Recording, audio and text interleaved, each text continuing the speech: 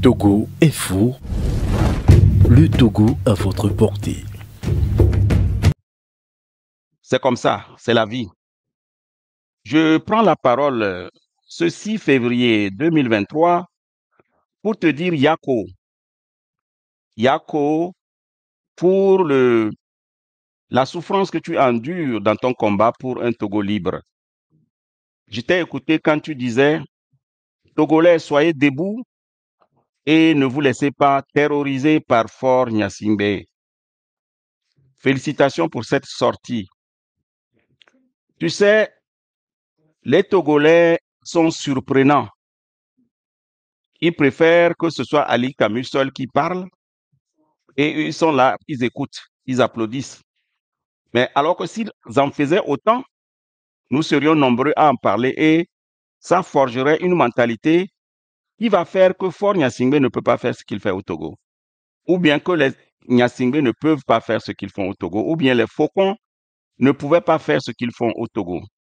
C'est parce que nous nous tairons dans un silence assourdissant, que ils ont la latitude de faire ce qu'ils font. Tu vois. Donc, il ne faut jamais te décourager. Je voudrais simplement te dire du courage. Comme nous l'a enseigné notre maître Frantz Fanon, toute génération, chaque génération dans une relative opacité doit découvrir sa mission, l'accomplir ou la trahir. Nous avons, toi et moi, découvert notre mission et nous l'accomplissons avec plaisir. Nous l'accomplissons avec zèle même. Notre mission, c'est de lutter pour la libération du Togo d'une dictature horrible. Nous sommes venus sur cette terre et nous avons trouvé un pays dirigé par la France à travers ces éléments endogènes. Et nous sommes en train de faire cette lutte et j'aimerais te dire qu'il faut être fier. Il faut être fier de ce que tu fais et ne jamais te décourager.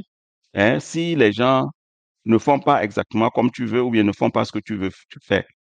Peut-être quelquefois, ils n'ont pas la capacité, même si les apparences nous donnent à penser autre chose. Le Togolais préfère s'abriter derrière cette idée que on ne peut pas faire un combat quand on est mort. À chaque fois, vous entendez les gens dire, il faut vivre d'abord pour faire un combat.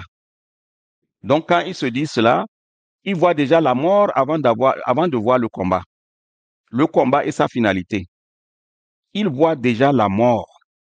C'est comme ça que le Togolais est. C'est ça qui donne la force à Fort Gnassingbé. Tu sais, on dit souvent que les peuples méritent les dirigeants qu'ils ont, et ça choque de le dire ainsi, mais c'est une vérité. Si le peuple togolais, s'il y avait plusieurs Camus sur la scène togolaise, tu penses que Fort Gnassingbé aurait la latitude de faire ce qu'il fait? Non. C'est parce que les Togolais sont ce qu'ils sont que Fort Gnassingbé peut envoyer des soudats, peut envoyer des miliciens aller tabasser des gens, tuer des gens, sans que cela n'aille quelque part. Par exemple, l'assassin de Tavio Amorin a pris sa belle retraite dans son village de Kara. Et bon, écoute, ça, c'est resté comme ça. Voilà, c'est comme ça. C'est dans un pays sérieux, ceci-là ne peut pas se passer. Et ça dure combien d'années? Donc, ils sont habitués à l'impunité tellement que ils croient que ils sont si puissants. Maintenant, pour revenir à ta sortie, quand les gens te disent, ah, il faut faire attention, ils sont ceci, c'est parce que ils ont une mentalité, un esprit atrophié par autant d'années de brimade, de traumatisme. Ils sont traumatisés. Ils pensent que Fort Gnassingbé est même en Allemagne. Ils pensent que Fort Gnassingbé est si puissant que les services de renseignement togolais contrôlent aussi les services de renseignement allemands. Tu vois, quelquefois ils te disent, oh ben, tu sais, il faut faire attention. Hein. Même étant en Occident, les Togolais ont cette mentalité. Beaucoup de Togolais ici n'osent même pas prendre leur téléphone pour parler, caméra pour parler, jamais. Il y en a parmi eux qui, bon, parce qu'ils veulent partir au Togo souvent, ils restent là, et quand ils ont l'occasion, ils te donnent des idées, comme si eux, ils ne peuvent pas les exprimer. Moi, il y a une seule personne que je considère comme mon conseiller, je ne vais pas donner son nom. C'est lui seul qui me dit quelque chose en guise de conseil et je reçois. Je l'appelle mon hibou. C'est lui seul. Mais tout le reste, quand les gens commencent par me dire, il fallait dire ceci, il fallait dire ceci, je me dis intérieurement, pourquoi toi tu n'as pas ton micro pour le dire? Pourquoi tu ne prends pas ton micro pour le dire? Tu dis que je devais dire ceci, je ne devais pas dire ceci. Non. Chacun a la capacité de faire ce que nous faisons. Mais la peur, et ils ne veulent pas qu'on dise qu'ils sont peureux, hein. La peur nous a gangrénés tellement que ça permet à n'importe qui, même les enfants, comme les SOWare, alias Samuel, ils croient qu'ils peuvent donner des leçons alors qu'ils sont venus dans un monde ils sont venus trop tard dans un monde trop vieux. Tu vois? Donc, comme nous avons démissionné, l'intellectuel togolais a démissionné, tout le monde a pignon sur rue. Tout le monde a pignon sur rue. Celui-là même qui ne pouvait même pas parler, qui n'a même pas le cerveau pour dire quelque chose, il a pignon sur rue au Togo. Vous voyez? Donc, on te dit, oh, il faut faire attention, hein. Et te raconter une histoire, tu vas rire un peu. Quand le fameux gouvernement de M. Agboyome, gouvernement virtuel auquel je faisais partie à un moment donné, a été formé, mais des instructions ont été données. C'est comme si à partir du moment où ce gouvernement est formé, la Force Yassimbe a lancé ces tentacules. Ils sont même en train de nous suivre même dans nos chambres. Tu vas pas rire. À chaque fois, on nous répète, il faut faire attention. Il faut faire. Mais vous avez formé un gouvernement en exil justement pour combattre et vous voulez vous cacher encore alors que vous êtes même loin de votre pays. Tu vois? Ça fait rire, hein? Et à chaque fois, on vous dit non, ils ont décidé de faire. Vous leur donnez des forces en disant ce que vous dites là. En vous imaginant que les services de renseignement togolais vont dépasser les services de renseignement allemands, français ou bien américains pour venir vous traquer là où vous êtes. C'est ça le Togolais. C'est ça le Togolais. Et il va te dire qu'il est en train de faire un combat. En même temps qu'il est réservé, il se dit non, je dois vivre d'abord. Mais personne, tout le monde veut aller au paradis, mais personne ne veut mourir. Mais alors que nous mourons tous les jours, regardez comment, depuis combien de temps, hein, on assassine les Togolais. Regarde comment on assassine les Togolais. Les gens disent, ceux-là même qui ont dit, oh, je ne veux pas mourir, hein, je ne veux pas, il faut que je vive avant de faire le combat. Ils sont déjà morts. Beaucoup sont morts. Vous voyez? Donc, la notion de mort, quoi. Le Togolais a mis ça quelque part où il ne voit que ça avant de voir autre chose. Je vais mourir, je risque de mourir. Hein? Moi, je me rappelle quand c'est-à-dire qu'il y a quelque chose qui nous fait fondamentalement défaut. On ne s'attache pas à la vérité. Si on s'attachait à la vérité, on va se dire que ça c'est si vrai que je ne peux pas transiger par rapport à ça. Je ne peux pas faire de concession par rapport à cette vérité-là. Je dois tout faire pour être du côté de la vérité. Quand moi j'ai commencé dans les années, quand j'étais dans mes 20 ans comme ça, au campus, qu'est-ce que j'avais? Quelle protection j'avais? À l'époque, on n'avait pas d'Internet. Moi, j'écrivais des tracts qu'on vendait à Décon. Différents, les gens, bon, enfin, ceux qui vendaient, c'est eux qui en faisaient, qui profitaient. Mais, quelle protection quelle protection particulière j'avais? Aucune. Et quand j'écris, je signe mon nom en bas. Ce n'est pas comme des anonymes comme SOWare qui nous polluent la toile, alors qu'ils ne sont pas capables de mettre leur nom. Je mets mon nom, je dis j'habite ici à la cité, voici ma chambre, ainsi de suite. C'est ça le. Et quand ils sont venus pour m'attaquer là-bas, est-ce qu'ils ont pu? Non, c'est parce que ma foi dans ce que je fais est très grande. Si nous mettions cette attitude-là en avant, je pense que nous allons réussir. Mais le Togolais pense d'abord à la vie avant de penser à autre chose, alors qu'il faut penser à la vérité divine, au bien-être, au bien vivre, au vivre ensemble, il faut penser à ça.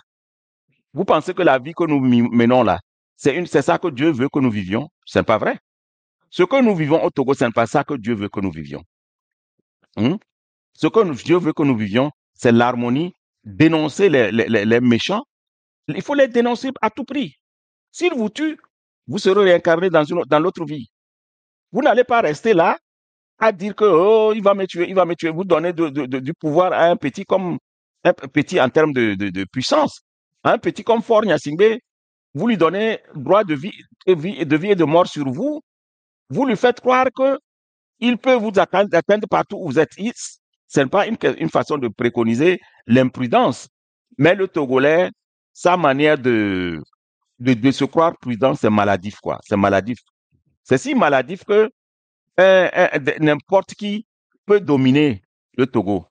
Le jour où nous nous lèverons, où les gens, les Français qui sponsorisent ce système-là, se lèvera et constatera que les Togolais sont déterminés.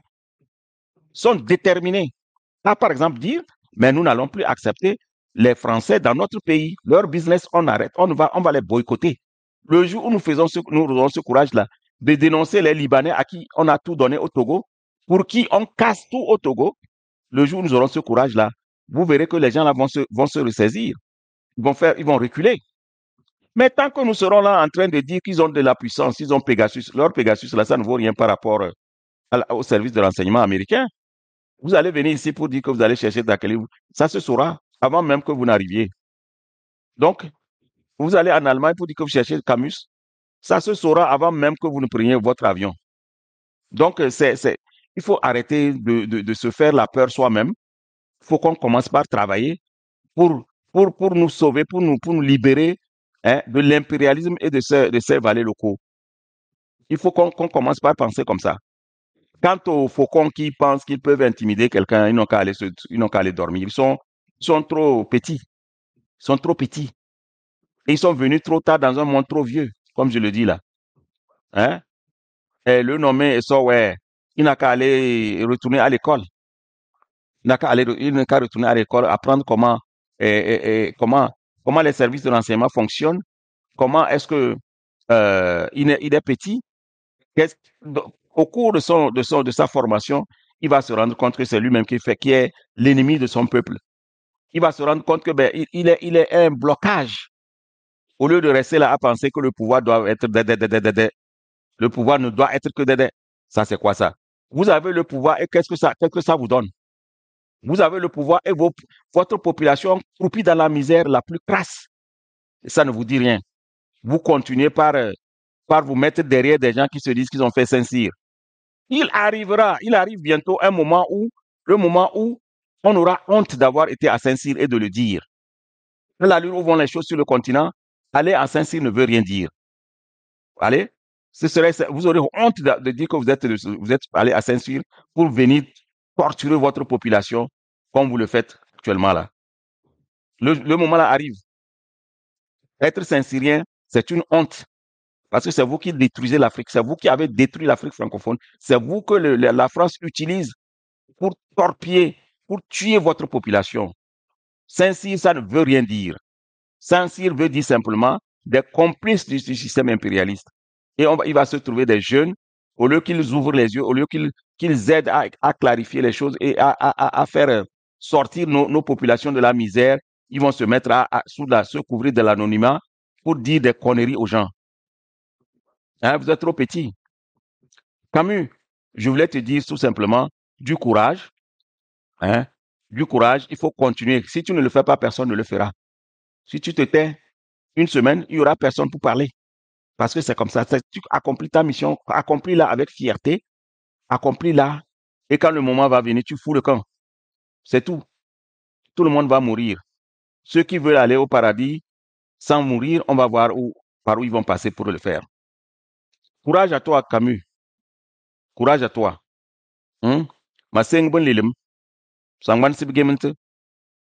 Merci.